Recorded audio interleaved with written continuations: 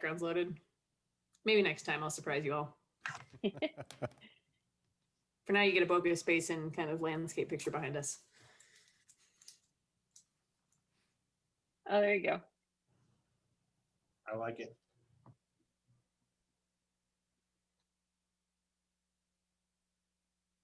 I see a Yearsley and a Casanelli, so I think we are a full crowd. Mr. Chair, I'm just moving over Nick Grove right now. Howdy, howdy. Happy New Year. Happy New Year to you. Mr. Chair, we're ready when you are in a few seconds if you want to wait till exact time. Yeah, we'll wait till which is right now. So are we live and good? We are live, but There you go, Andy. Commissioner Seal just pointed out that we don't have a hearing outline, so I will get with planning to get that right now. Okay. Commissioner Grove, how are you, sir? Doing good. Well, do you guys okay with moving forward without an outline? You're going to wait for a second. Get started with that one.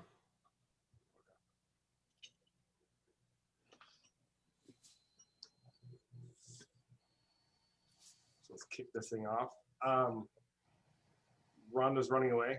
Rhonda, you running away? How far are you No, running? not very far. Just closing the door. Okay. So at this time, I would like to call to order the regularly scheduled meeting of the Meridian Planning and Zoning Commission meeting for the date of January 7th, 2021. And let's start with roll call. Thank you, Mr. Chair. Commissioner Holland? Here? Commissioner Grove? Here. Commissioner Yearsley? Here. Commissioner McCarville? Here. Commissioner Seal? Here. Commissioner Casanelli? Here. Commissioner Fitzgerald? Here. Thank you, ma'am. Happy New Year to all of you and to those joining us on Zoom and in person. First item on the agenda is the adoption of the agenda. Couple of things wanted to point out. The first item on the agenda, I was hoping with the permission of the commission or the agreement of the commission to move the election of officers or the chair or vice chair to the end. I'm not sure where that will play out, but if there's someone who has not been a commission or a chair or a vice chair before, I want you guys to have the benefit of the prep meetings that the chair has. So if that's okay with you guys, we'll move that to the end. Because if not, you get to take over. Whoever gets elected gets to take over the meeting. So if we want to move that to the end, that's great. If not, we can deal with it right now. And then the second item, we will be opening up item number 4, the Vincenza North Subdivision H2020-0108, excuse me. That was not properly posted in a timely manner, so we need to postpone that one or continue it to the hearing date. And I think we're targeting January 21st for that one. As I retire, you guys are going to be really busy in February. So, and it starts like March too. I know they're stacking up 5 or 6 at a time. So I think we're looking to put that on the January 21st meeting date. There's 5 or 6 on there right now, but there's a couple that are individual homeowners just looking to hook up to sewer and water and be annexed in the city. And then one bill is pretty sure it will be continued to later. So I think the January 21st date looks like the best possible candidate because February is loaded. And so do all those things sound copacetic? Are you guys good with an adjustment to that? And if so, can I get a motion? Mr. Chair, Commissioner Hall. I move we adopt the agenda as presented with one note that we move item 3 to the end of the agenda for the vote of the chairperson and vice chairperson. Second. Second. I have a motion and a second to adopt the agenda as adjusted. All those in favor say aye. Aye. Aye. Aye. Any opposed? Okay, motion passes. Next item on the agenda is the consent agenda. We have 2 items on the consent agenda. The approval of the minutes for the December 17th, 2020 Planning and Zoning Commission meeting and the findings of facts and conclusions of law for Poema Calvary Chapel, H2020-0095. Anything need to be pulled out for further discussion? If not, Can I get a motion to approve the consent agenda? So moved. Second. I have a motion and a second to approve the consent agenda. All those in favor say aye. Aye. Aye. I, Any opposed? Motion passes. Thank you. So first, let me explain the public hearing process for this evening. We will open each item individually and start with a staff report. The staff will report the findings regarding how the application adheres to our comprehensive plan and uniform development code with our staff's recommendations. After the staff has made their presentations, the applicant will come forward via Zoom or in person and make their presentation regarding the approval of their application and respond to any staff comments or commissioner comments. The applicant will have 15 minutes to do so. After the applicant is finished, we will open the floor to public testimony. There is a sign up opportunity in the back. If you're in person, there's an iPad back there for each application that we're going to be hearing tonight. Please make sure you sign up. If you're online, please raise your hand via Zoom and we'll make sure you get transferred over so we can hear from you on that application. If there is any individual that's here to speak on a larger group as an HOA, we'll give you a little bit more time to speak on behalf of that HOA, but we ask the people that they're speaking on their behalf not to get up and reiterate the same comments. One thing I want to make sure we're clear on as we're hearing from, we're continuing to use Zoom and in person as we continue to do the business of the city. We appreciate everybody's patience as we deal with technology.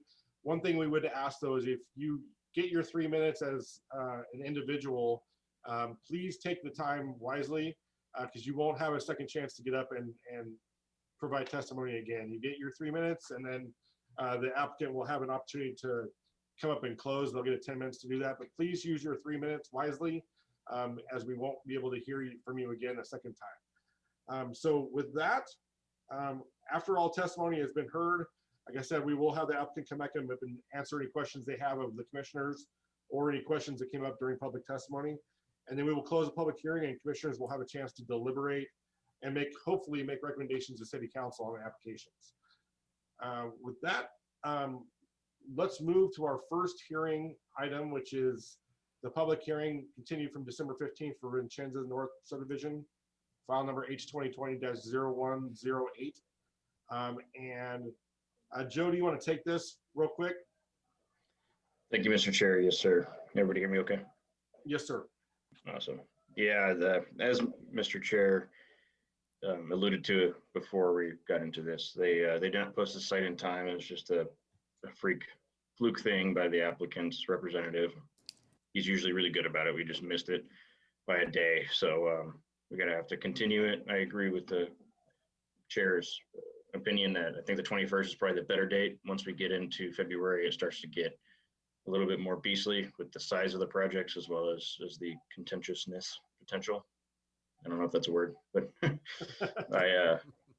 think that the 21st probably works the best. And I already started the staff report, so we should be good. Thanks, Joe. Is there any questions of staff? If not, can I get a motion? Mr. Chair, Mr. Holland.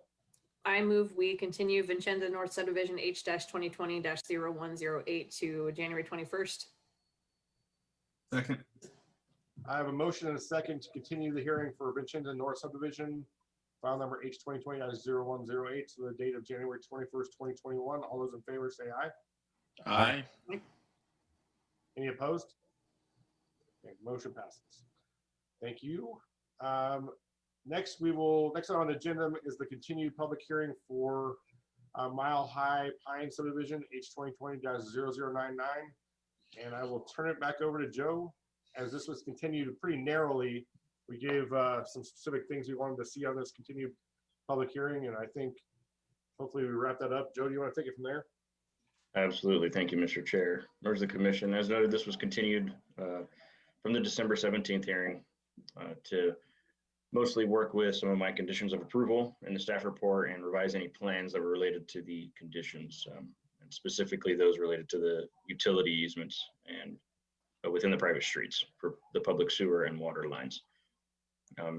Specifically in regards to that, we did receive a memo from Public Works that they endorsed the plan and the revisions that have been made. Again, they cannot formally approve anything with this application because they have not been part of our process. We do not get formal construction drawings at this point. So those will be applied for probably with final plat. That's when they come in. So we're ways away from that. But in the interim, Public Works has provided 2 memos, actually, that they are in support of this. And if anything needs to change from here on out, they should be minor changes. So planning staff very much appreciates that from Public Works. Second to that, the applicant has submitted some revised plans, which resulted in some recommended changes to the conditions of approval.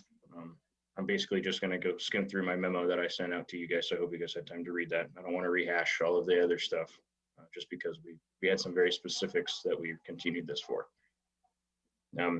Notably, none of the open space and parking counts have really changed much with those revisions, so that's good. It's also why I don't want to get into those again. It's going to stay the same.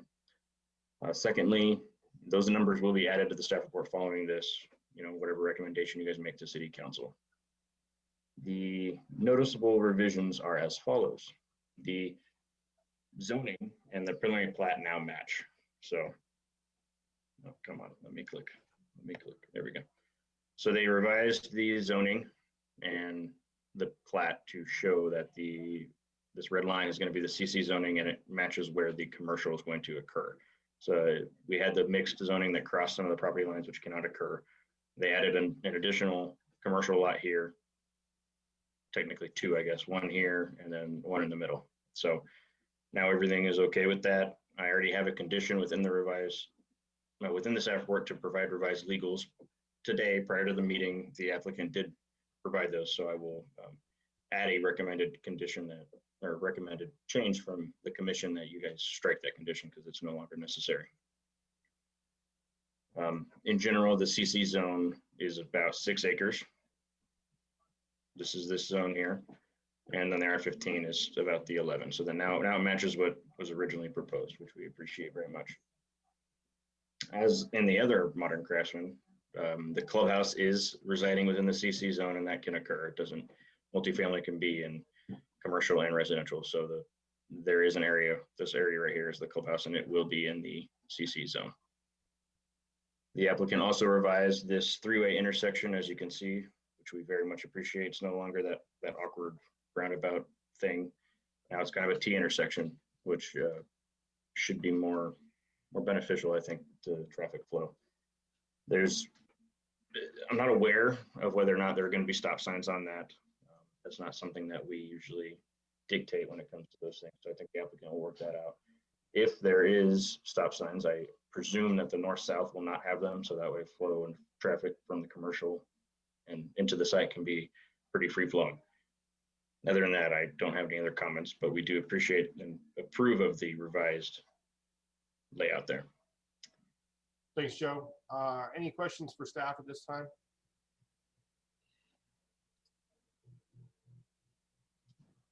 Okay. Hearing none. Is the applicant with us? I think they're online. Good evening, Commissioners. Deborah Nelson, 601 West Bannock Street, on behalf of the applicant.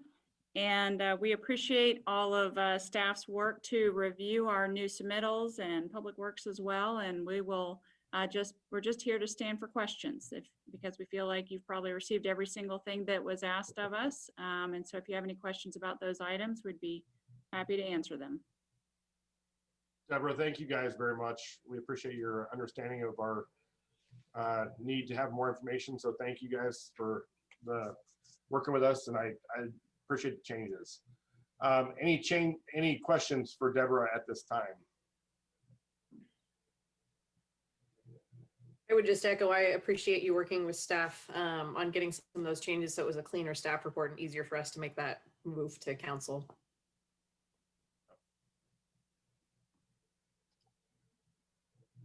Okay. Deborah, we'll let you close in just a minute. I just want to make sure we don't have any public testimony, and then we'll come back to you for closing remarks. Mr. Chair. Just Commissioner Castellano, go right ahead. Yeah, I just had one question for Deborah. I know I was kind of maybe hoping to see I think before on that 3-way intersection, wasn't it a 2-way roundabout? Mr. Chairman, Commissioner Casanelli. Before, what we had was a small triangle island in the middle. There isn't space there for a roundabout. So we addressed it with a T that we think provides the same safety with the curvature there that we were hoping to achieve, but also provides an attractive entry. Okay, because I was thinking, like before you had an island, but it was or that, I guess it was a triangle, but it was the traffic around it was two-way and not one-way. That's what I was hoping for, but it looks like you have added some landscaping in there, because roundabouts oftentimes offer up a nice visual effect when you get that island in the middle, but it looks like you've got that.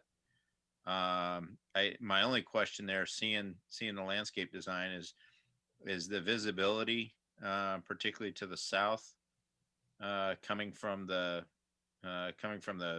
private road there. If you were stopped there, is there, right up there, is there going to be decent visibility to the south if you were going to head on out? Does that make sense?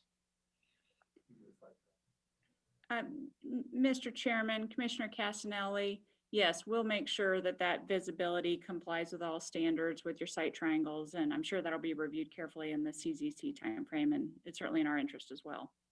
Okay. That would be my only concern on that. Thank you. Any other questions for Deborah at this time? Okay.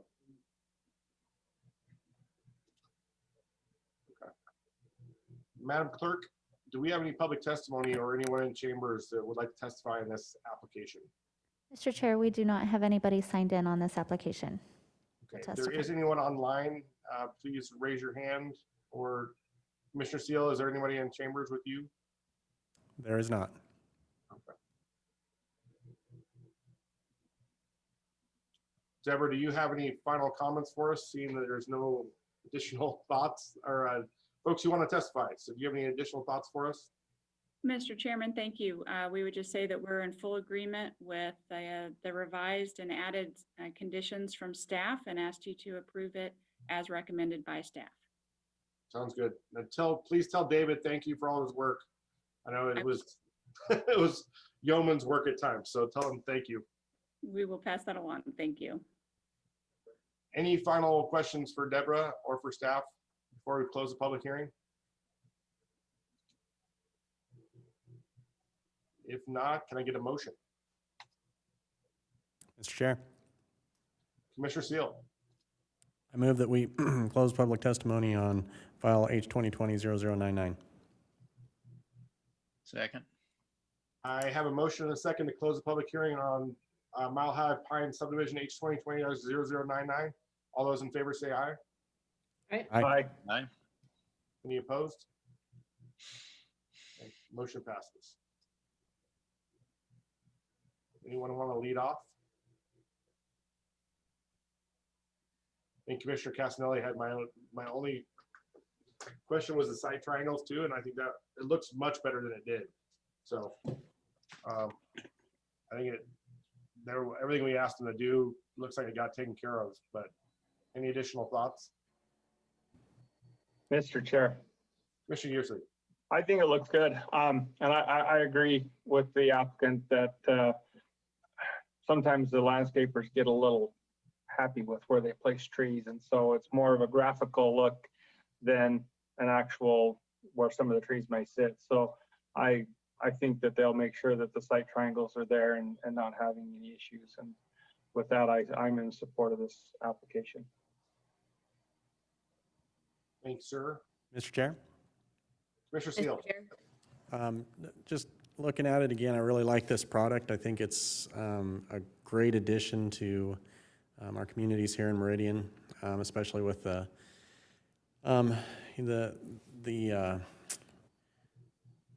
what do you call them? The business on the bottom, residential on the top. Live, work. Yeah, live, work. I really, really like that. I hope that has a lot of success in our community. That's something that is very, very appealing to me. And again, I hope it has good success. Thank you very much for all the work that's been put into this. That's a kind of a tough spot to put things in, and I'm very happy to hear that this is going to add credence and moving forward with getting Pine Avenue punched all the way through as well. So that's another benefit for all involved for sure. And the only the only thing I'll say is the fourth color palette they picked is somebody really has it in for the Army monotones as it would be. So it's kind of hoping to see like a blue or an orange in there maybe. But other than that, if that's the paint schemes that are going to be in there, that's totally livable, and I'm sure people will be very happy with them. Mr. Chair, Oh, yeah, Joe, go ahead. just to that point, I didn't get to it quite well, but to Mr. Seal's point that the applicants did add a fourth color palette, and I believe it is a bluish color, so it does add a little bit of flavor to the site. I agree. I was having flashbacks to being at West Point for a few months there, so that's a lot of greens, but I think we'll be okay. I love it. Commissioner Holland, I think you had chimed in there before, ma'am. Go ahead.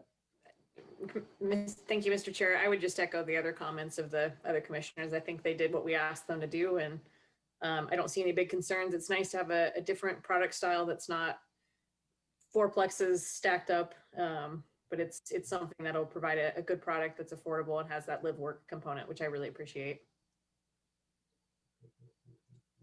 Agreed. Yeah, Commissioner McConnell, Mr. go right Chair. ahead.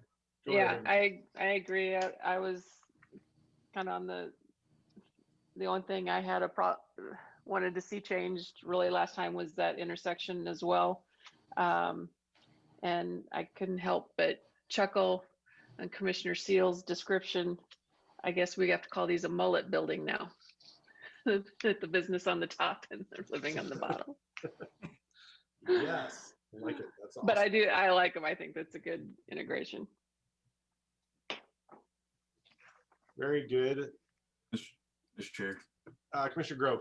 I don't have anything substantial to add other than I think they've done a great job incorporating what we asked them to do, and they've done a good job of creating a sense of community within this development, which is always something that I like to see with these types of things, where they've thought through how to integrate different aspects of the development so that it flows together and creates a sense of space. Thanks, sir. Mr. Chair, Mr. Casanelli. checks every box.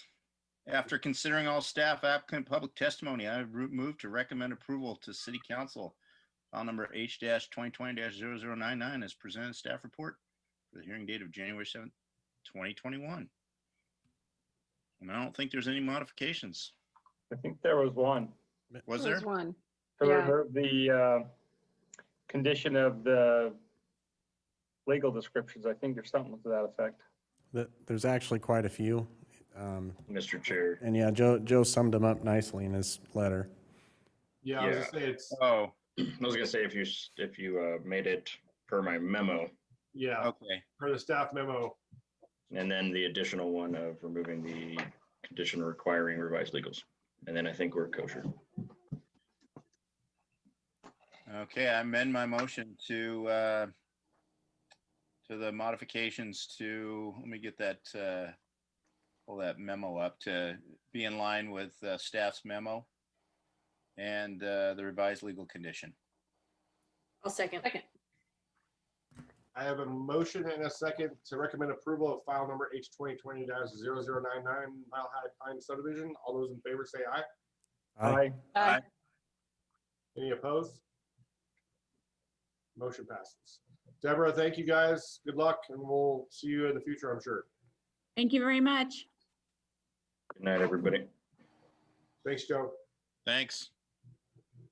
Okay, moving on to the second to last item on our agenda, the Tether Crossing Subdivision. File number H-2020-0112. Alan, I'll let you take the lead on the staff report, sir. Happy New Year, Mr. Chair, members of the commission. Can everybody hear me okay? Give me a thumbs up.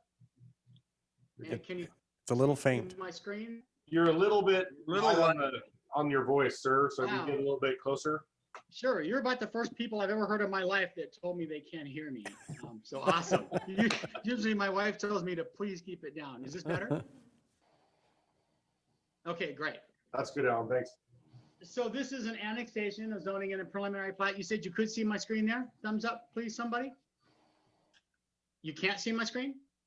Can see it.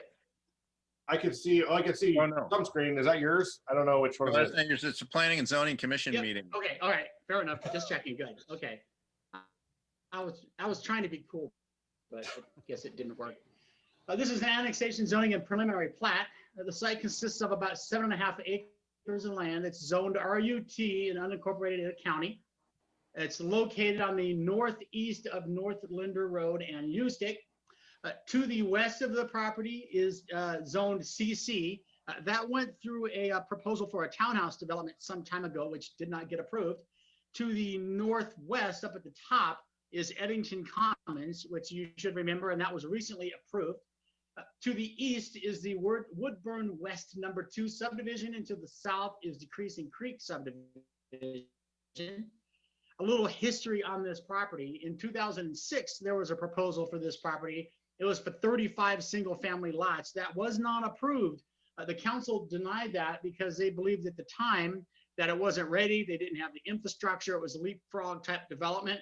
Since that time, it is mostly filled in and infrastructure has come out to the site. Property is zoned medium density residential, which is 8 to 12 dwelling units per acre. And again, this is a proposal for annexation, a rezoning to R8, and a preliminary plat to allow 46 building lots and 8 common lots. I'll go to the plat here. Okay, so first of all, there's 5 points of access. I'm going to use the color plat just because I think it's a little easier to see on a public screen. There's 5 points of access proposed with this. There's 3 stubs. So this is the first stub here to the north, if you can see my pointer. This is the second stub here to the west, and down here to the east is a 3rd stub. So those 3 properties have not yet, although this one to the west here, this is Eddington Commons, and it is in the process of, they just finished their final plat. So you should see that develop very quickly. There are 2 existing points of access. The first is here, that is West Woodpine Street, and that is the Woodburn West subdivision. That's existing there now. There is a second point of access. Right now, it's, if you can see my pointer here, it's actually called North Llama Road, and it's a little over here to the west right now. It runs, the road runs right directly through the middle of this. As part of this development, the applicant is going to shift the whole thing over to the east and is going to have now what's called a new Northwest 12th Drive. You can't see it on this picture, but on the other side of Ustick, below here to the south, is an existing Northwest 12th Drive. Usually the city does not support taking access off of an arterial. We usually recommend that those go away. In this particular case, ACHD supports this. And the reason why is because the existing access off of North Llama does not line up with any other access configuration. This particular access, they are going to align this Northwest 12th with the Northwest 12th below it. Also, the spacing requirements from Ustick and Linder are supposed to be 1,320 feet. The existing access, the North Llama, doesn't come close to that. This one is shifting it over and picking up a couple of hundred extra feet. ACHD is supportive of waiver to the policy of this because it's increasing the intersection distance. Even if it isn't meeting it, it's better than the existing situation. There isn't going to be any required road improvements along Ustick. It's already 5 travel lanes, a bike lane, a vertical curb and gutter, and detached concrete sidewalk. However, the applicant will be required to construct all the internal roads to a 33-foot ACHD template. As you can see on the color plat, there are sidewalks proposed on both sides of the internal streets, and there is 1 common driveway that is proposed. Can everybody still hear me okay? Thumbs up? Yep, okay, good. Open space and amenities. I will move on to this next screen. This development proposes a total of 15.12% of open space. This includes several small landscape areas over here and down here. Those aren't really being proposed as qualified open space, but it also proposes this 25-foot buffer that is down here to the north of Ustick. It proposes several pathways, which I'll talk about in a minute, a central open space, and land at the northeast side of the property. Over here, this is an existing ditch, and there is an existing pathway here that's maintained by this HOA over to the east. This proposal is tying in to that walkway. So they are orienting all of their common open space over to this existing ditch and over to this existing walkway. And they are connecting with a walkway here, and they're connecting with a walkway there. So again, just a little bit to talk about the qualified open space. 13% of this would meet the requirements for qualified open space. This includes the Central Park, which is pretty much close to the center of the development. It includes several pathway common lots. So there's a pathway lot down here to the west. There is another dog park and a sitting area and a pathway lot here. And there are two pathways, one here and one here. And both of those connect into the existing pathway that's along the ditch. Also, half of the buffer can be counted as their qualified open space. This would be required to provide one amenity per our regulations. They're actually providing quite a bit more than that. So first of all, they're giving us a park or an open space of at least 50 times 100 feet. So that's one thing to be qualified as an open space. But in addition to that, you can call it an amenity if there's an additional 20,000 square feet. And in this particular case, they're proposing 33,000, so maybe 3/4 of an acre. It's significantly more than they would be required. So that amount of open space would be called an amenity. In addition to that, they're proposing a recreational amenity, which they can talk about. It's going to be a playground and a seating area. They are also proposing the two pathways. And the way that our code works, it says if these pathways are not required per the code, then they'll be counted as an amenity as long as they meet the minimum landscaping requirements. And that's a 5-foot landscape strip on either side and 1 tree per 100. In this particular case, they're proposing 2 pathway amenities. And finally, they're proposing this dog park and this sitting area here. One thing I want to mention is about the trees. There's quite a bit of mature landscaping here. There's been some discussions between the applicant and the arborist in regard to whether or not they can preserve those trees. The applicant hasn't really given us any details yet on the tree preservation plan, but we are recommending that as a condition of approval of the final plat, that we get a tree mitigation plan that would say which trees would be preserved and which would be mitigated. Finally, the applicant has submitted sample elevations of single-family homes for this project. These homes are depicted as 2-story structures with 2-car garages, a variety of architectural elements and finished materials, including gabled roofs, dormers, stone wainscoting, lap siding, exposed timber, and scalloped wood shingles. Those types of scallop, let me see if you can see my pointer there. These little tiles here, these like fish scale things, are these scalloped wood shingles. Some of these houses will be very visible from West Ustick Road. Therefore, staff recommended as a condition of approval that the rear and sides of these 2-story structures visible from West Ustick incorporate minimum articulation requirements. You'll see that added to our recommendations for the development agreement. The last thing I want to talk about is there was a couple of clarifications that were made to the staff report. The first was on the original plat, there is an easement that's shown there, and it's kind of funky. There's a note there that says that basically the title work shows that there is an access easement there, but they couldn't find any evidence of that being actually recorded. So staff had concerns. The property to the north, we didn't want them to be cut off. We recommended as a condition of approval that the applicant provide us a recorded access easement to make sure that the property to the north has access. Since the time of the staff report, the applicant has told us that they have gotten that access easement. It wasn't very clear on the plat, but they've given us the access easement, so staff is okay with that. So you can actually strike that condition if you'd like, that the access easement is no longer required. Hey, Alan, what number is that? Oh boy, let me just want to make sure. Zoom into we're another clear. screen. That would be, give me I'm one looking for it. second here. That would be C, 1C in the development agreement conditions. Can you still see the screen or did it go away? Okay, good, because I backed out, I wasn't sure. There's Yep. two other clarifications, and these don't really need any changes. The first is that there was a condition from water in regard to roadway extensions to West Oak Crest Drive and Dixie Avenue. Those aren't pertinent to this development. The public or water should have removed those. I'll make sure those are stricken for the staff report to the council. The second thing is the fire district. There's a typo in there that says that they cannot meet the targeted goal of 80% or greater, but actually they can. So I'll make sure we had fire send us updated corrected comments, so you don't need to worry about that. With that, staff recommends approval of the annexation zoning and preliminary plat with the conditions listed in the staff report. It is my understanding that the applicant is in full agreement. They do have a presentation, however, and I will stand for any questions if the commission would choose at this time. Thank you very much. Thanks, Alan. Are there any questions for staff at this point?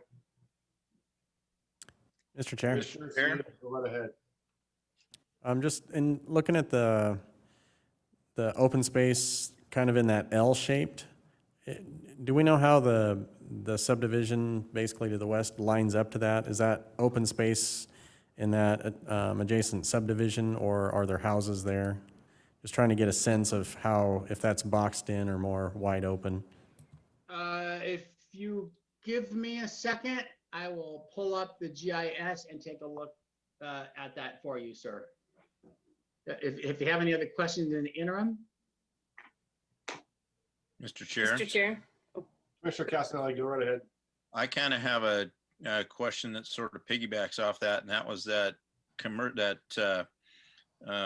mixed use parcel on the corner there.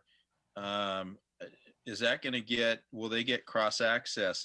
I think the cross access was lined up directly to where that shared driveway is.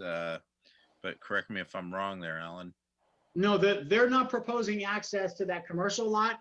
I would assume that they probably don't want to have cars driving in and out from the commercial off of Linder. They are providing cross access to the subdivision to the west through West Woodpine Street. And I believe ACHD was okay with that. Go ahead.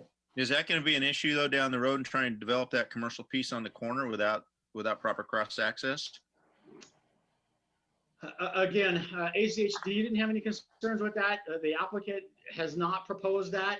I think we wouldn't really want to see cut through traffic coming through. Right now, it's zoned for commercial. It's not zoned for mixed use. If townhouses or apartments went in there, then certainly I guess there could be some need perhaps for access. But if this is commercial, it could serve as a cut through there. So no, staff is not. I'm not sure if I have a very good answer for that, other than staff has not pursued that for that particular reason. Yeah, Mr. Chair. Bill, go ahead. Yeah, I can elaborate on that a little bit for Commissioner Casanelli.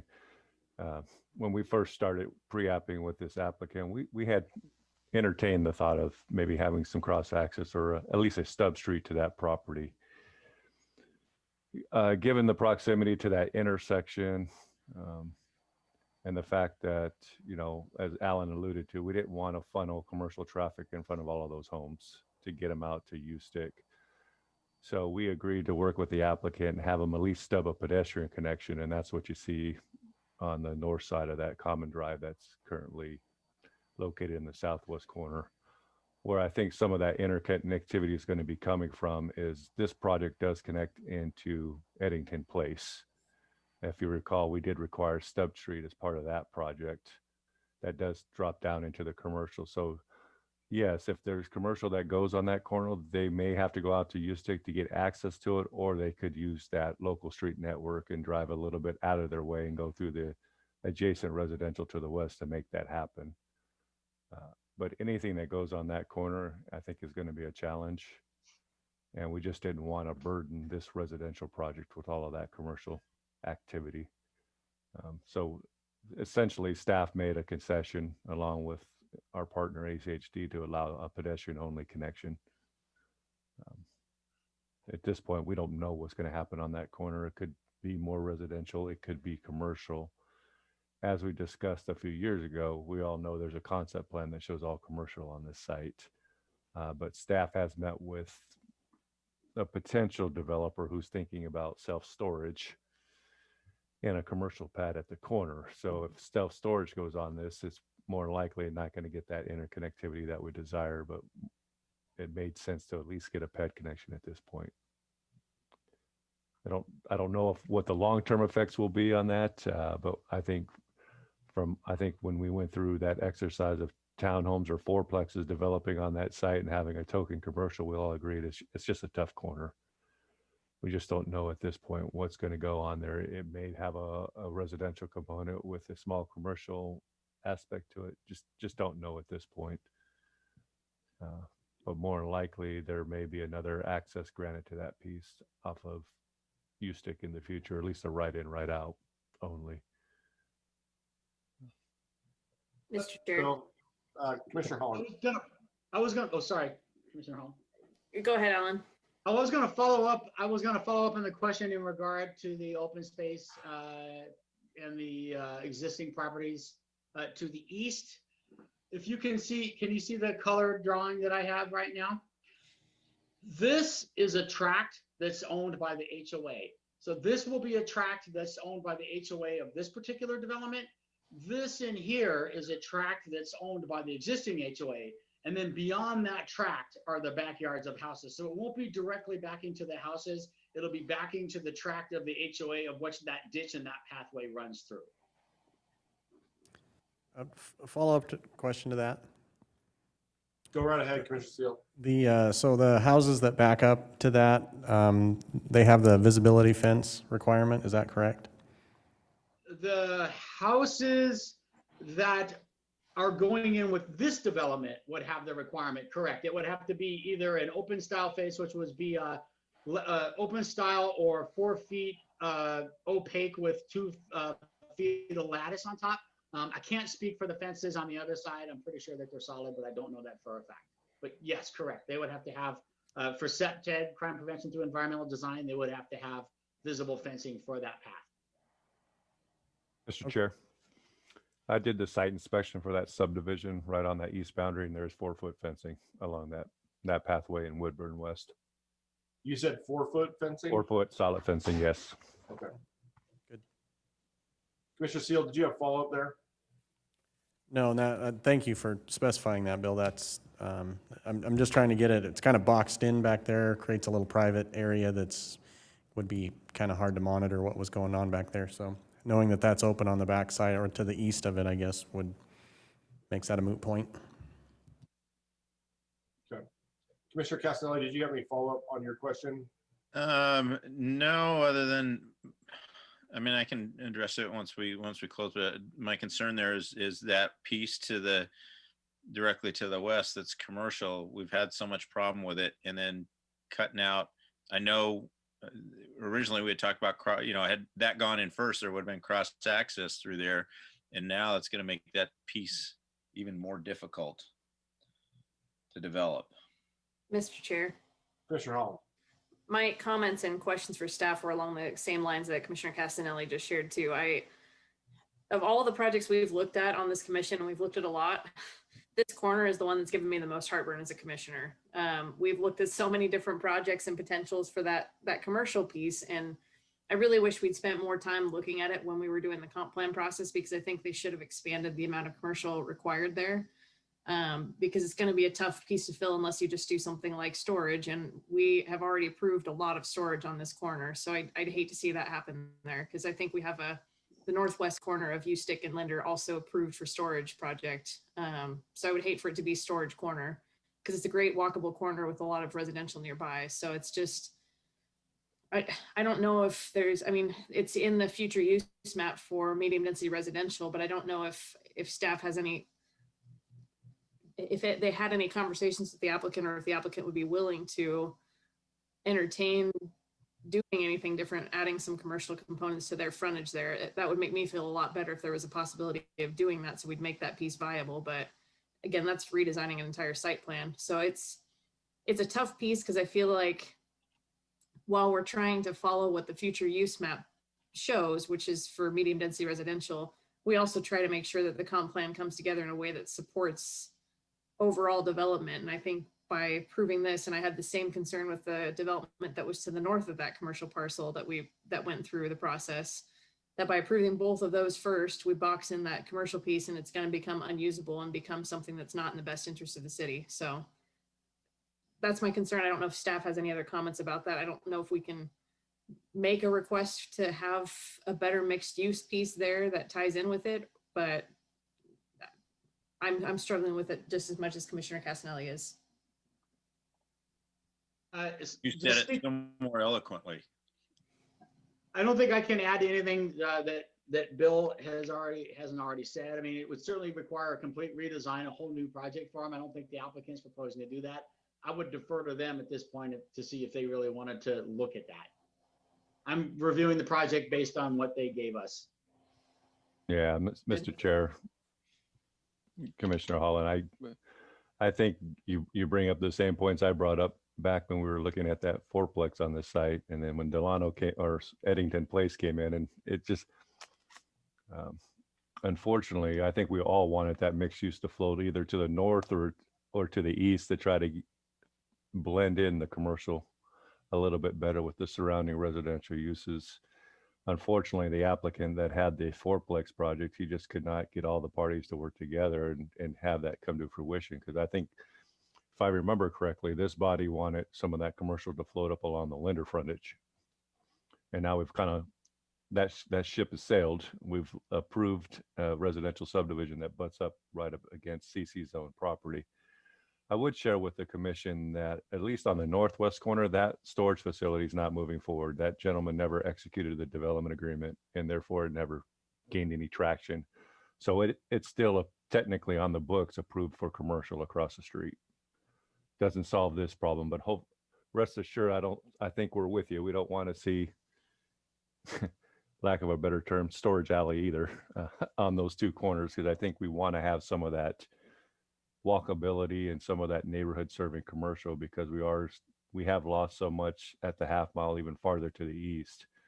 We want to preserve that. We do have a plan in the books with a development agreement that shows access coming off of U-Stick and Linder for that site. So although it may not mesh 100% with these two developments, there's still something in a development agreement that's at least that property owner is vested with. And we'll have to come back and either develop it that way or work with the adjacent property owners to do that. But I'm with Alan. Let's get to our portion and let's open it up for the applicant and see what they're willing to do, and see if they're willing to make some kind of concession to either convert that common drive to a public street and stub a street there. I mean, that's certainly within your purview. If you want that connectivity, I can assure you I've had these conversations with them and trying to figure out how we could better integrate that. And you're right, it doesn't always work to have commercial directly integrating with a residential subdivision. Typically, you have a different zone or a higher density project that you transition with. But anyways, there's my feedback. I'm certainly open to whatever the commission wants. Hey, Bill. Have to look at, or if their applicant's willing to make some minor changes. I want to make sure we're real clear, because so the northwest corner cannot proceed forward with a project without coming back before us. Is that correct? They can't put storage up without coming back through us, correct? You mean the northwest corner? I want to understand what you just said on the development. Correct. Well, they'll have to do, if they wanted storage, they did need to do another DA mod and go through the council and then come back to this body with a conditional use. Just like the CC that's adjacent to this property, its storage is a conditional use permit. Yeah. Okay. So it's not by right. There's still a public hearing involved, and they would have to modify their DA as well, because the DA that was approved for that site in 2014 showed 3 commercial pads sites on that corner. Mr. Chair. That makes me really happy, because I hated storage on that corner. I think I I don't know if I think I was chair, so I had to vote, but I was like, please God, no. So that makes me happy. Commissioner Holland, go right ahead, ma'am. I would echo that, Mr. Chair. That project kept me up on all night for sure. Yeah. Well, the other thing we tried to get the applicant to do was have a shared access to USTIC on their west boundary, shared with that commercial, so it would not go through the residential, but it would just be used almost like the Maverick on McMillan and Locust Grove, where they built that road into the commercial, and you had the residential on one side and you turn into the commercial on the other side. Yeah. That's something, again, the applicant could pursue with ACHD. I'm not sure if they're going to support that, given the offset of those access points onto USIC. It just doesn't meet any of their policies, but those are conversations that we definitely had with them as well. Mr. Chair, and Go Bill, ahead, go ahead. my follow-up question is, are we still having active conversations with anyone on that commercial CC parcel? Again, the last pre-app we had was several months ago, and it showed multi-tenant building on the corner and then some storage that wrapped around that. And we told them, we had talked with the applicant about this project because it was in the process, and we told them at a minimum, you're going to need to provide pedestrian connection to that neighborhood, and then figure out how to bring that other street into that stub to your north boundary into the site and provide that connectivity. We told them we would entertain a small segment of storage. It couldn't all be storage, but if they wanted to create a buffer from the multi-tenant building and maybe develop the northern half with some flex buildings and some self-storage to go along with that, we could be supportive of that. But they really needed to work with ACHD on access and try to integrate with the surrounding development as far as architectural style and walkability, and even to that point of some kind of access or connectivity to one of the neighborhoods. So it is somewhat consistent with our mixed use standards. Thanks, Bill. Appreciate it. No more questions. Thanks, Bill. That was hugely helpful. Commissioner Castelli, did you get all your questions squared away? Yeah, I'm good. Cool. Okay. Any other questions for anybody right now? And now we'll bring up or let Mr. Erickson take over and hear from the applicants. Ross, are you with us? I think, maybe. Yeah, I'm here. Can you guys hear me? Yeah, go right ahead. So I believe actually Tim Mockwood had a presentation prepared for this project. Okay. Here more as a resource for technical or engineering questions. So Tim, are you available? I am available. Can you hear me okay? Yes, sir. Please state your name and your address for the record, and the floor is yours, sir. Okay, thank you. This is Tim Mockwa with Hayden Homes, 1406 North Main Street, Suite 109, Meridian 83642. And what I'm trying to do is share my screen. Okay, can you see the little cover page of a PowerPoint there? We got you. So I'll try to be brief. I suspect there's going to be more value in question and answer than there would be in a long drawn out presentation. And I think Alan did a good job of covering the project, and the staff report is very detailed as well. So as staff mentioned, we're proposing an annexation with a zone of R8. This property is a infill parcel surrounded by R8, as well as the R15 of Eddington, and then the parcel we've been talking about here at the corner. I have had conversations, and it was probably around the same time that this potential applicant was meeting with staff for a pre-app, and we did discuss the potential for cross access here, as well as a potential shared access on the property line. They were opposed to that, and we were opposed to that as well. This is a 7.5 acre site that we're working with, and to introduce potential storage unit traffic through here or commercial that we have no idea what it's going to be. It just doesn't seem like this 7.5 acre residential site is a contiguous or a consistent use with that commercial at that corner. They do have an access from Eddington Commons that was approved and stubbed here, and we are providing a interconnectivity with Eddington as well. There's also and I don't know the details of this, but there's a Ustick Road north, the north boundary or north improvements. There is a curb cut to this existing parcel. I don't know that ACHD would stand by that, depending on, I guess, on what the use and what the site layout looked like. I'm jumping around here. I'm trying to think of what questions were asked. Let me get back on point here. So we are proposing 46 building lots in here, 8 common area lots. Our average lot size is 4236 square feet. We did work with staff. We've revised this area quite a bit. Can you see my cursor? Okay. So we've revised this area quite a bit to make this a larger central play area. Originally, we had a play area down here, which was about the size of one lot. So we've consolidated that into a more central area. I wanted to talk just briefly about some of the communication that we've had with our neighbors, particularly the neighbor to the north. This is going to remain a county RUT parcel. And then the neighbors to the east of us, this existing Woodburn subdivision. So with the owners to the north, Mr. and Mrs. Lloyd, we've had several meetings and eventually we came to some agreements here. Staff mentioned that there is an existing access easement that runs roughly right through the center of the site and tied into his driveway access right here.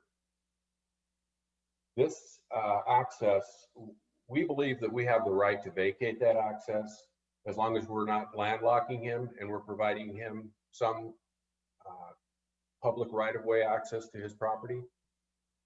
You know, we had a little bit of a difference of opinion initially, but we were able to work through some of those issues and come to an agreement that he would not challenge vacation of this easement, provided we met a couple of conditions. Specifically, that we locate this Llama Way stub at the location that currently meets his access point to his property. The reason that was important, it saved a berm and some landscaping along this boundary, and it just worked well with the way his property is currently set up. We also agreed with him that we would, which we're going to be required to by code anyway, but that we would install this 6-foot solid vinyl fence prior to doing any home construction. There's an existing large, I would say it's at least 20, maybe 30-inch caliper or more willow tree, specimen quality tree on his property, but we agreed to hold our house back and our fence back so that and create an easement on this lot 5 of block 2 to protect the root zone of that tree. And then lastly, we agreed that lots 2 through 5 would be limited to single story, just to prevent some of the impacts on his adjacent property. So that was one of the areas. The other one was with working with the HOA management people for the Woodburn subdivision. They were in agreement. If you follow this tree line, there's an existing ditch there that is it's just kind of a skunky, stagnant water ditch with a lot of volunteer overgrown shrubbery. It's in both of our interests to clean that area up. So our proposal to them was that we would remove this existing, they had fencing along their back of their lot, as Bill mentioned, but there's an existing chain link on the east side of this ditch as well. So we would remove that. We would tile that ditch and fill it in and then landscape this area, including even a little on their side where we're, having to fill in that ditch. And I think it makes for a much better landscaped common area and appearance from both subdivisions. One of the factors though was, as Bill or Alan mentioned, there's a lot of existing trees along here. Many of them are dead within the ditch itself. So I met with the forester out there. Matt went through and flagged up all of the existing trees that are worth saving. And so we surveyed those in, and when we're doing our design for the tiling of this ditch, we're going to save as many of those as we can. And where we can't, we will, per what staff mentioned here, or Matt mentioned here, this 346 inches of tree mitigation required. That would be required if we removed every one of those trees that he flagged up. Our intent is to save as many of those as we can.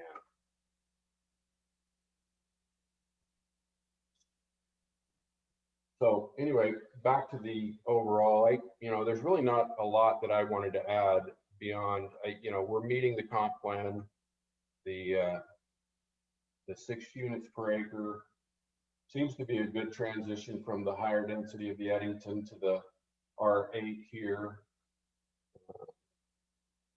We've met the city's requirements and exceeded the city's requirements for common area and amenities and qualified open space.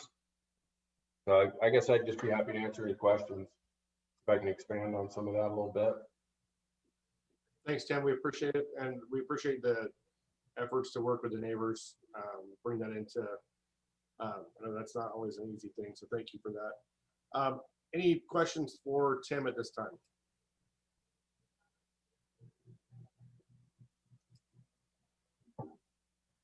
Mr. Chair, this is Alan, staff. Go ahead, Alan. Sorry to interrupt. I wanted to note that this is the first time we've been told about the agreement with the applicant and the homeowner regarding the 1-story requirement on the north side and the fencing.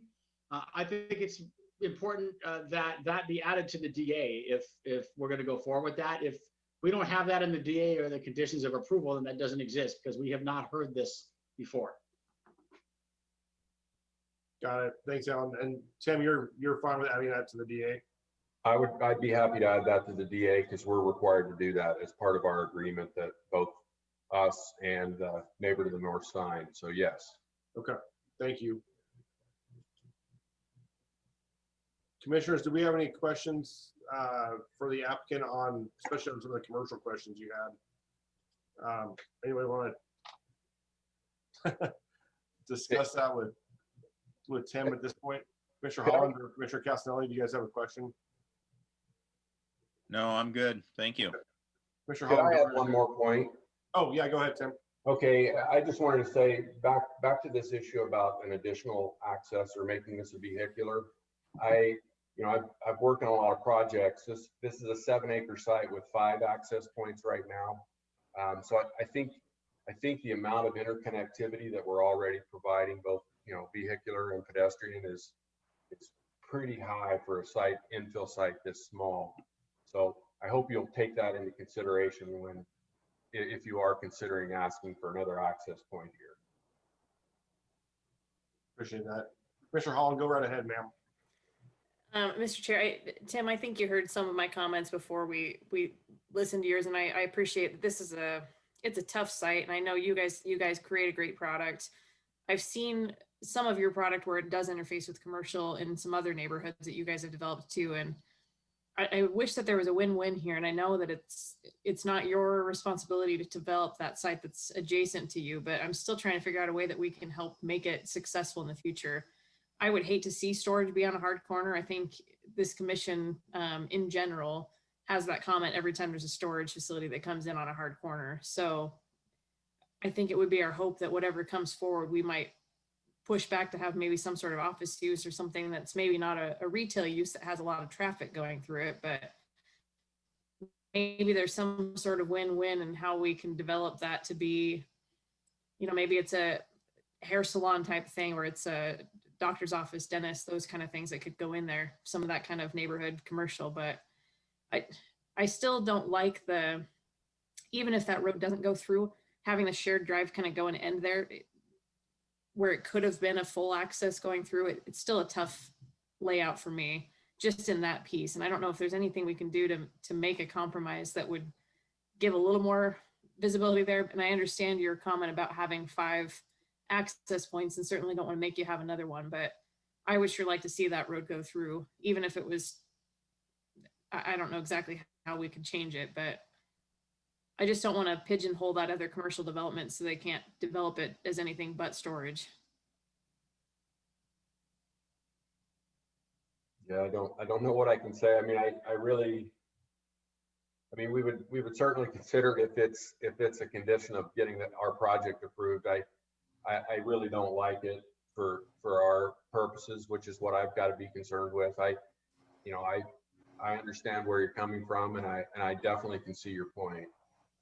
Part of why we put the shared driveway with the pedestrian pathway there is we thought that having the pedestrian connection to a ultimate commercial, hopefully, was a good, you know, interconnectivity. But just the idea of inviting additional commercial traffic through this small area, I have my reservations.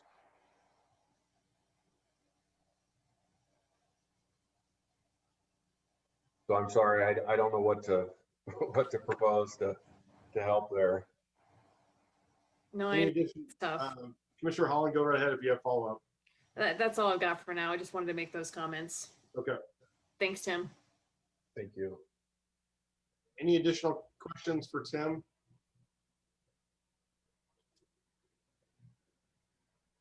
Okay. Tim, we'll come back to you in a minute after we take any public testimony and let you close. Okay. Thanks, sir. Madam Clerk, do we have anyone in the audience or online that would like to testify in this application? Mr. Chair, we do have one person signed in wishing to testify, and he's here in house with us, and that's Rick Wagner. Okay. Mr. Wagner, can you come join us at the podium, please, sir?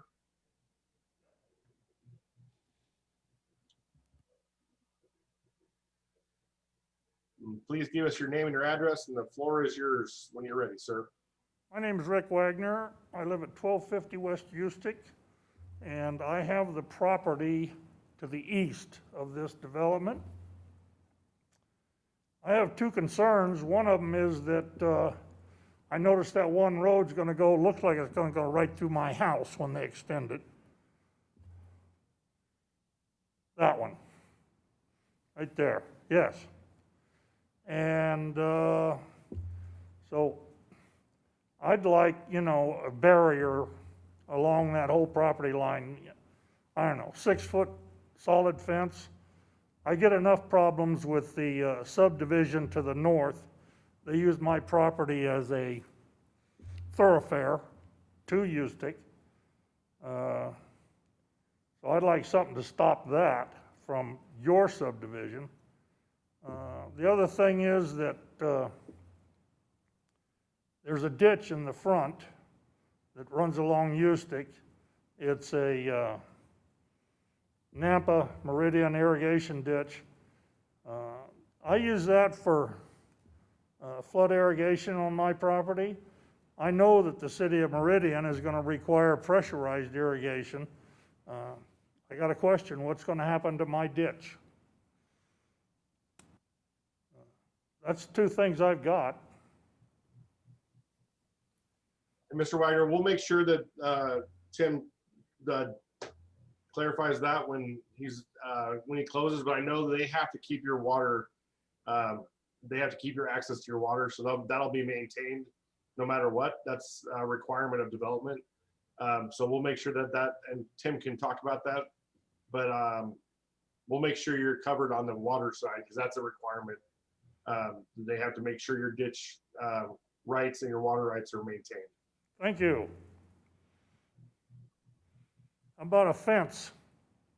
Let Tim talk about that. If you want to take a seat, I'll have him close, but if he's willing to take that on. But I know there'll be a sign and a stubs, at least a barrier of some kind, but I'll let him do that when he closes. Okay, thank you. Thanks, Mr. Wagner. We appreciate you being here tonight. Yep.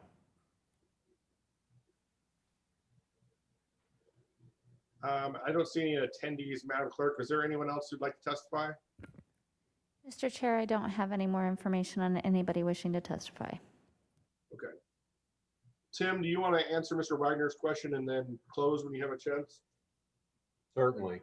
So first on the fence, we would install a 6-foot solid vinyl fence along this entire common property line, including across the Stub Street, and the barricade or the standard ACHD, this road is intended to be extended in the future, sign would be mounted on that 6-foot vinyl. So sometimes you'll see where they'll They'll put the vinyl fence along the property line and leave this gap open.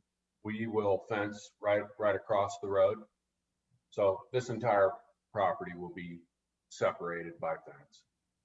Secondly, my answer on the irrigation would be the same as yours, Mr. Chairman, is that per Idaho code, we are required to, we can't impede anyone's water right or their ability to drain their flood irrigation water. So if that's what's happening along the ditch along Ustick Road now, we're required by Idaho code to maintain that, and we will.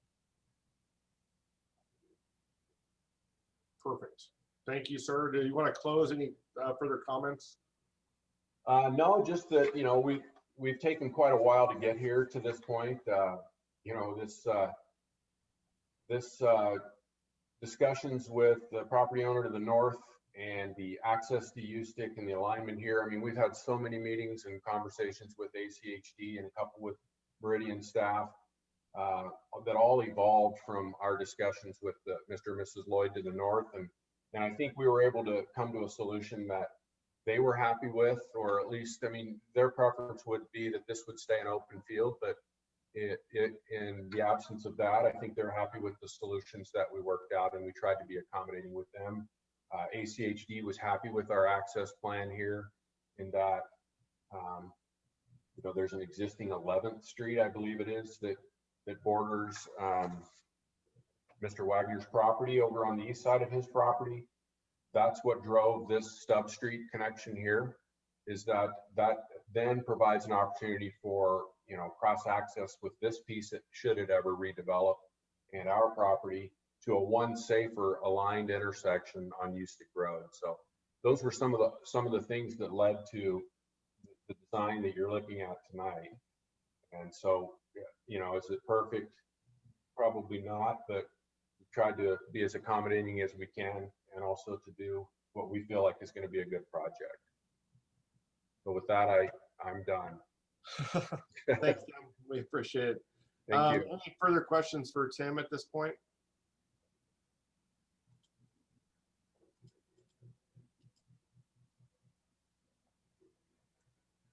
Okay, hearing no further questions, can I get a motion to close the public hearing? So moved. Second. I have a motion and a second to close public hearing. All those in favor say aye. Aye. Any opposed? Okay, motion passes. Anyone want to lead Mr. off? Chair? Yeah, Mr. Chair. I'll go right ahead, ma'am. Alan, can we get that one picture back up on how this connects to everything around it? Which had a- one are you?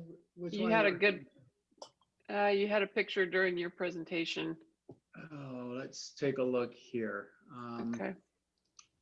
I think it was, And while you're I think looking it was for that- GIS data. Yeah, Oh, was it? Bill, can you bring that up? Because I can't do that from my end here. Okay. It might have been the one from the Here applicant. it is. Bill, I can't get to the computer at work where I'm at right here, so I'm gonna have Bill share it for us. Yeah, it was the applicant's presentation. Oh, was it? Okay. So Sorry. you can give Tim the right, and he can probably just bring it back up. Okay. I noticed that too. I was like, that's a great graphic. I wish I had that in our presentation.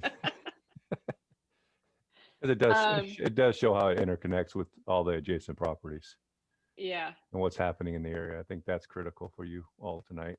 Yeah. And I Madam guess, Clerk, can you bring Tim back into the panelist side so we can ask him to She has His had, presentation. she has give had his to, presentation again? she has had to step out for just a second. So as soon as she comes back in, I'll let her know. Oh, okay.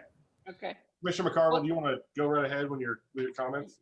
Yeah. In the meantime, yeah, we can take a look at how that all connects again. But otherwise, I really appreciate this applicant working so well with the neighbors and going the extra mile on some of those details. And of course, I always like to see a little bit bigger corner lots instead of those common drives. But for a small site, I think there's a lot to like about what they've done. with the pathways connecting to the subdivision to the east, and just in general keeping that open space more centralized and utilizing that well. Yeah, I don't think we've ever seen a 7-acre site with 5 accesses. So yeah, I mean, in general, we like it. I like it, but yeah, if we can, I guess this is our one stab to see if there's anything that can be done with the site to the west on the corner. But then again, it's not this applicant's problem to solve, unless it, there's something that makes sense. Yeah, I'm I have a tough time with this one because I think we're asking a lot of the applicant. I remember one day when I was on the other side of the dais from where I am now, when we were asked to master plan a giant, section around us. And after spending all that money and doing that, it was denied anyway. I understand the desire to not pigeonhole a one square, but we're putting that onus on the applicant. I think that could be a little bit brutal. But I know that square is never going to be easy. It's not now, or will it be in the future, whether we have cross access or not. Just because of the way it runs, and there's a giant lateral that runs through it. So I think we got to be cautious about how we approach this, because I mean there are small businesses like little coffee shops or some of that can use, that don't have a ton of traffic. But I understand that we've looked at this corner 40 times. So I think we asked Steve Arnold to redesign it 4 times. So I get the concerns because I think we're all there. But I do like the effort that they put into making this work. And I know especially the RUT piece to the north, we've heard from that homeowner several times in different applications. And I appreciate the work that went into doing that, to making it so it would work for his family. So it's tough. It's not an easy one for me either. And it does meet the comp plan and the zoning currently, which is another piece I have to wrestle with. So Commissioner Holland, you came off of mute. Go right ahead, ma'am. I did. I still struggle. I like the idea of being able to have a shared access road that would divide these two, because I think that would fix some of the problems for me too. But that would be redesigning their site plan, and I know that they weren't in favor of that option. Because I think it does work really well. I've seen it in a couple places. There's a spot on Linder and McMillan, I want to say, that they have something like that too, where residential's on one side and commercial's on the other side of a road, and it works really nicely there. I wish that was something that we could have them look at.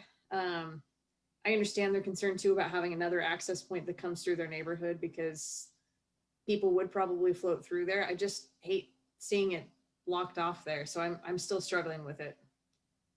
I don't know what else we can do there, but my preference would be my number one preference, if we had the ability to have them do it, would be to have that shared access road that would divide the property line, because I think that would make a big difference. But I don't know if that's something that this commission would like to look into, because that would mean that they'd have to redesign their plan again.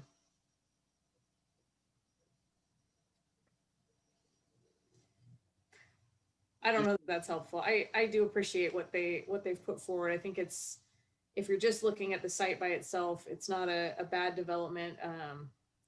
I know the product type looks good. It'll match with what Eddington Commons does, and it's a good transition from Woodburn. It's just a tough, I hate that it's tough in the regional perspective of what it's going to do for what's around it. I wish the other piece was done first. Or master planned into it, and I know it's really hard to do that. And then we've asked everybody to try that, and it hasn't seemed to work. Yeah, I wish that they could come in together jointly with these two projects. Commissioner Castelli, I know you popped off mute, sir. What do you have to say? I kind of have a question, and first let me say that I do like the project for an infill. I'm happy with the R8 that's not R15, that we're not, I like the layout. Their product regionally is good. I'm happy with all that, and I sympathize with them with 5 access points there. That's a ton for 7 acres. But I've got a question for staff. I just want to pose this, either for Bill or Alan. If that commercial would have developed first, and I know it's not, but had that developed first with a cross access point to the going towards this this parcel, would there be a requirement for this developer to line up with that and to make that happen? This is Alan Tiefenbach. If there was already an access that was required, we would make them line up for it. The thing is, it's not going to meet, first of all, it's not going to meet ACHD spacing requirements. They're going to have an issue with that. And it just depends on what kind of commercial development it is, because depending on what it is, they wouldn't want that cross through traffic. So yes, if there was one already approved, they would have to line up with it, but I'm not sure ACHD would support additional accesses coming through there. Bill, you want to add anything? I think you have it covered, Alan. I think when I'm looking at the approved concept plan and the development agreement for that piece that came in. It was called Sugarman. And there was never a shared access on the property like we're talking about tonight. It goes back to almost what Tim's comment was, where there's an existing curb cut already constructed out there. And that's where they showed their access coming in from. And then they were tie into the property to the north. So even on the approved concept plan, it never contemplated anything to the west or the east of this east boundary here. I'm going to look at some of the DA provisions and see if that was the case, but I don't recall it being the case. Mr. Castello, did you have follow up there? I did. For Bill or Alan, in previous talks with that potential project there on that corner, is ACHD, are they in agreement to keep that curb cut access there if there's not the cross access, so at least that parcel would get a right in, right out off of U-Stick? Well, I'm looking, that's a good question. It goes back to almost, like anything. Here's my experience with ACHD and these access points. Sometimes as part of a road widening or intersection, they'll widen it and they'll put the access points in. Sometimes they work with the property owner and they basically vest that property owner with those access points. Other times I've seen it where they've said, no, we reserve the right to remove it at any time when there's a conflict or depending on the use. So I'm not sure if any of those agreements exist for this particular development. All I can do is go off of the concept plan that we have approved as part of that development agreement. It shows a curb cut. It does say that direct, so I'm quoting verbatim from the recorded development agreement for that commercial property. It says direct lot access to West U-Stick Road and North Linder Road is prohibited except for the access points approved with the plat. I can tell you the plat has expired. There's no longer a valid plat. Only the development agreement runs with the land currently. So it says access to North Linder Road shall be restricted to right in, right out, and only, and access to U-Stick Road shall be determined by ACHD. So again, it as determined by ACHD. So they have the ability to say no. They have the ability to say yes. Just again, it's going back to it's contingent upon when actual development is proposed. And right now, all we have is a concept plan and zoning. So looking at Google Maps, there's curb cuts on both sides. There's one on the north boundary on Linder, and there is a U-Stick curb cut, and that's after they widen both roads. So, yep, and that's consistent with the concept plan. That's in the DA. So I'm just for informational purposes for the commission, I don't know if we can bring up Google Maps. I have it open. Yeah, I'm looking at it too. So there is curb cuts that are there, and that's post widening. I would guess that that's where they go, but I understand the concerns.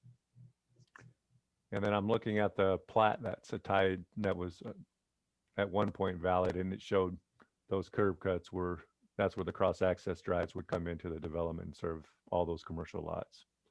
So again, it's consistent to what the contract is currently on the property. So, Mr. Chair, yeah, go ahead. Commissioner Holland, go right ahead. while I don't want to pass the buck on to council, we could always just make a note instead of requiring that they change it, that council take serious consideration on whether or not they think there should be cross access there, and just make a note that it was a big concern of ours, but not condition it. I might be willing to do that as a compromise, because I don't know that I've got a good solution for them of how to fix that, but I would at least want council to consider with the applicant whether or not they could do a shared access or have that common drive become a public drive-through to give cross connectivity. But I don't know that I want to condition it. I would just at least like council to have that conversation with them and see what they think. I don't know if that makes a compromise, but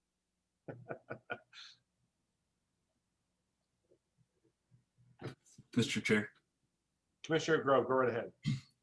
So a few things, reiterate a couple of things that were said earlier. This is a lot of interconnectivity already for such a small piece, but infill's hard, and I appreciate the work that they've done, especially in regards to working with the neighbors to address their concerns and really being thoughtful of making sure that their designs took those considerations and integrated them accordingly. I am lucky enough to not have been through some of the trauma that you guys have with this particular area. So coming at it with, a little bit naivety, a little bit of whatever. Fresh eyes, Commissioner Grove, fresh eyes.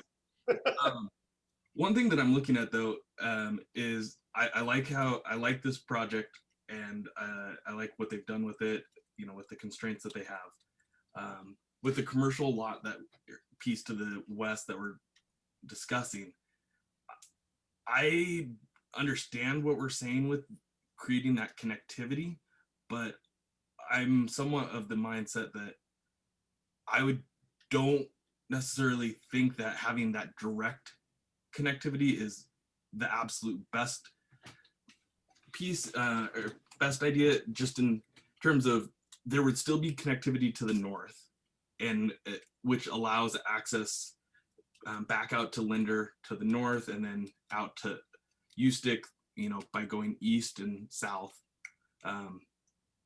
which creates a longer path. But I think that allows for that connectivity, but it's inconvenient enough for people that people wouldn't use it as much because people take the path of least resistance. And so almost saying, yes, there is access there, but it's not direct access. So we're somewhat limiting it because it's almost a traffic calming feature by not having direct access. So that's my counterpoint. I don't know that it's valid necessarily, but that's just kind of how I'm looking at it with not having been through what you guys have on these other projects. So No, I appreciate that. I think that's fresh eyes are always helpful. Additional comments, Commissioner Yearsley? You came off mute. So I agree with Commissioner Groves, not having dealt with it. On its own merits, I think the subdivision looks good. I think they've done a decent job. There's already 2 access points on to that property already. So I'd be in favor of just moving it forward. Yeah, Mr. Chair. Mr. McCardle. Yeah, I think there's a lot of reasons to not have that cross access into the commercial right in front of the residential there. I mean, they'd almost have to redesign the whole thing. And I think, yeah, on its own, it looks good. Mr. Chair. Commissioner Seal, go right ahead. Yeah, echoing a lot of what I've heard already. I like the piece as it stands. I mean, they've worked really well with the neighbors. They interconnect really well. They provide an abundance of interconnectivity. I do agree that it's very concerning that commercial property doesn't have the cross access happening to it out of this. But to land that burden all on this project is a little troublesome too. So I agree that we should put something in there for city council, let them know it was a large issue for us, in case they don't read through everything that has happened here tonight. I do imagine when we get to the next application for that commercial piece of property, we are all going to roll our eyes as it comes through, because it's a tough piece. I mean, it really is. I've been here for one of the hearings on it. I was here for the storage that was approved across the street, and that was very contentious as well. So it's going to be a tough one. But as far as this project, I'm very much in support of seeing it move forward. And with that, I can take a crack at a motion, unless somebody else wants to jump in. Motions are always in order. Go right ahead. Ready. After considering all staff, applicant, and public testimony, I move to approve file number H2020-0112 as presented in the staff report for the hearing date of January 7th, 2021, with the following modifications. That they strike recommendation 1C, that they add agreements with the northern neighbors to the formal DA, that we ask City Council to consider cross-access to the commercial property to the west, as it was a large concern for the Planning and Zoning Commission. Commissioner Seal, is there a discussion about making sure that fence continues across the road for Mr. Wagner's property? Would that be amenable to your motion? I think he addressed that, but do we want to make that a formal recommendation? It's up to you. I think I'd like to make sure that gets somewhere in there so we can ensure that's blocked off. Okay, I'll amend my my motion to include that 6-foot fence is done across the eastern border of the property from the common area to the north all the way to Ustick Road. Second. I have a motion and a second to recommend approval of file number H2020-0112.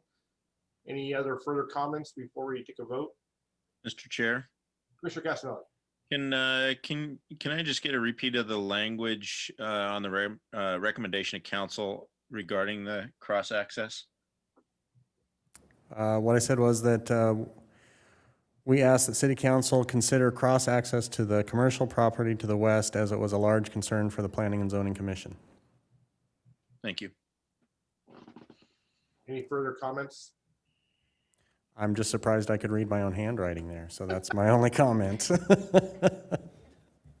I have a motion and a second to recommend approval of file number H2020-0112 Tether Crossing Subdivision. All those in favor say aye. Aye. Aye. Any opposed? Okay, motion passes. Tim, and we appreciate you being here tonight, sir. Ross, thanks for being here. We look forward to it. Good luck on City Council, and hope things go well.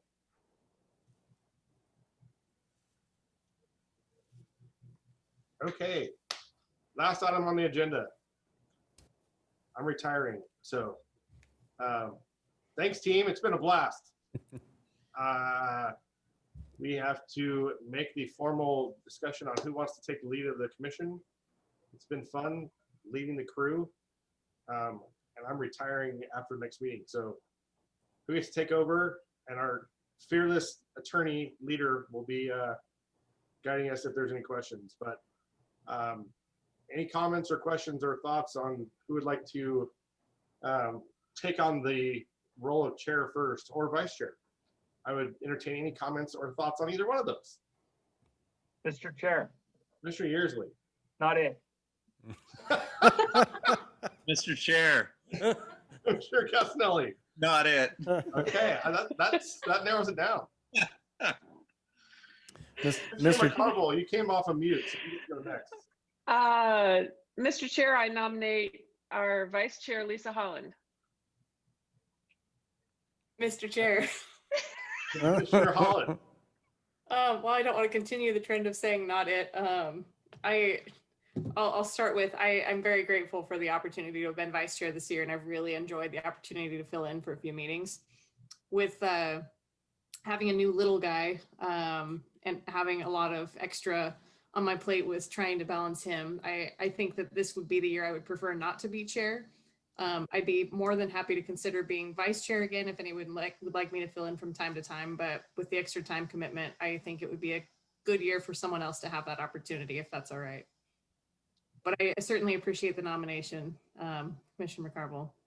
I would return to say that I know Commissioner McCarville has been chair in the past and has done a fabulous job. And if she would be willing, I would nominate her to be chair since she's had experience. And again, if anybody would like me to, I'd be more than happy to continue serving as vice chair, but I'd also be happy to let someone else have that opportunity if they would like to. I know Commissioner Seal does an excellent job as motion maker, but I can certainly see you with an interest in potentially having that opportunity. So I'll leave that out there, but I certainly appreciate everybody on this commission and really enjoy the opportunity to still stay a part of all the discussions moving forward.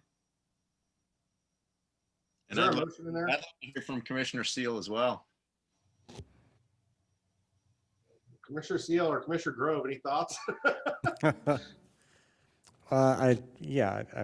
I mean, it's something that in the future I would like to do. At this point, I don't even know what the extra duties are. So, and I don't know that I have the right cheat sheets to get by with the whole thing. So, I mean, if it came down to that, I would gladly serve and do it. But I don't know that I'm the best qualified person in this panel to do that at this point. I'm still learning. I'm sure Ryan would hand you all his cheat sheets. I've got lots of cheat sheets, but the staff is awesome about meeting with you on Thursday afternoon and helping you get all the things you need too. So, but I understand it was nice to serve as vice chair first and then get to step into chair. So I've been there as well. Commissioner Grove, any thoughts? Do you want to throw your hat in the ring, or are you happy? I do not. I can barely make a motion. Well, that's the great thing as chair. You don't have to make a motion. Exactly. I can just hang out and watch. Yeah. Commissioner Grove did not say not it. Not it. Commissioner McCarville, what's your thoughts? Would you do it? You ready again? Oh, I would do it if nobody else wants to. I was gonna say, be careful what you ask for. I know. Yeah, if Commissioner Seal would prefer to do vice for a while, I would do it, and I'm sure there would be plenty of opportunities on my calendar for him to practice a few times. That almost sounded like a motion, but no, motion herself. No. Well, first of all, I'll make a formal motion to appoint Commissioner McCarville as chair for the 2021 year. Second. I have a motion and a second to appoint Commissioner McCarville as the new chair for 2021. All those in favor, say aye. Aye. Aye. Any opposed? Congratulations. That is not the way I saw today going. I just gotta say. Madam Chair, you want to take over now, or you want to do the last motion?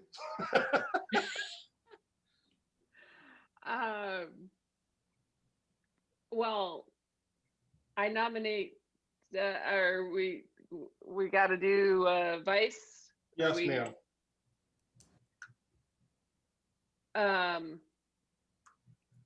I'm thinking I would move that Commissioner Seal be vice chair. Second that. I have a motion and a second to appoint Commissioner Seal as vice chair of the Planning and Zoning Commission. All those in favor say aye. Aye. Aye. Any opposed? Besides Commissioner Steele, you can't oppose yourself. I'll give you my cheat sheets too, Commissioner Seal. Thank you, I appreciate that. Luckily, I we live think- close, I can just walk over and say, help me. Yeah. Commissioner McCardle Anytime. has all the notes too. She's good at that stuff. Yeah, I don't have all the new stuff with all the Zoom technology. That's a different little spiel at the beginning. But yeah, I like let's get some experience spread around here. I'll send it out to everybody so you all have it in case you want it. Yeah, good. And Commissioner Fitzgerald, yes, how long have you served on the commission? 5 wonderful years. And are you just retiring because it's been 5 wonderful years, or do you have something big on your agenda that? I have coaching baseball and being a helper in my son's scout troop. So that's Thursday nights, and that's where I told the mayor I was reluctant to step off because I love doing this and I like working with you guys, but my kiddo is 10 years old and he's getting bigger fast. So I'm gonna go coach baseball and help him with scouts. Awesome. Very cool. Sounds like a great opportunity. Yeah. Yep. Enjoy that. I know I'll miss you guys. It's been an awesome ride. I saw Greg Wilson today and we were joking around because he's like, you made it the full 5 years. I'm so proud of you. Because he bailed on me because we got it sworn in together. And he was giving me a bad time. But yeah, no, it's been a pleasure, guys. It's been fun. So I'll miss you. I may be Commissioner Yearsley in a year or two if like get dragged back into this stuff. That's great. Well, I'm hoping we'll see you back again in a few years. Well, you know, almost- it's kind of nice to know what's going on in the city. You know, for the last couple of years I've not been in it. I was like, well, what's going on? What's this going in? So it is nice to know what's going on. Totally agree. Totally agree. It's been cool to watch some of the things we've approved get built too. So Mr. Yearsley's going to be a lifer. I almost nominated Commissioner Yearsley to be vice chair just to keep you rooted in with us. Oh, that's a spectacular idea. Notice how quick he was in there with that not it. Oh yeah. Yeah. Love it. Well, thanks, team. I'll be with you as a commissioner for one more meeting and then go from there. So, Madam Sounds Chair, great. it's all you. Well, would somebody like to make the last motion? Commissioner Fitzgerald? Madam Chair, I move we adjourn. Second. It has been moved and seconded that we adjourn the meeting of, what is today? January 7th. All those in favor? Aye. Aye. Aye. Any opposed? Meeting adjourned. Good night, all. Night, I everyone. did all those Ryan. notes. Happy New Year. Congratulations. Thank you, everybody. Good night, everyone. Thanks. See you.